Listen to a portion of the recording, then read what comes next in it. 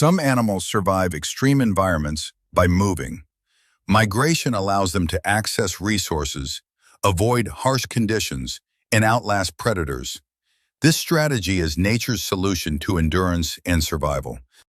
Animals like the Arctic tern, whales, and caribou survive by traveling thousands of kilometers each year.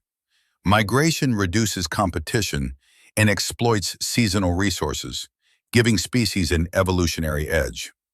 Energy efficiency is key. Birds and mammals have evolved wings, flippers, and legs optimized for long-distance movement. Without such adaptations, survival in extreme climates would be impossible. Migration also spreads risk.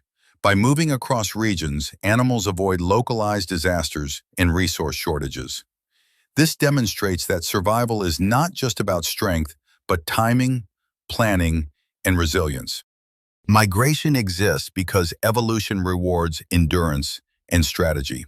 Subscribe for more science-based wildlife insights and evolutionary explanations. Comment below, which migratory journey would you attempt if you were an animal?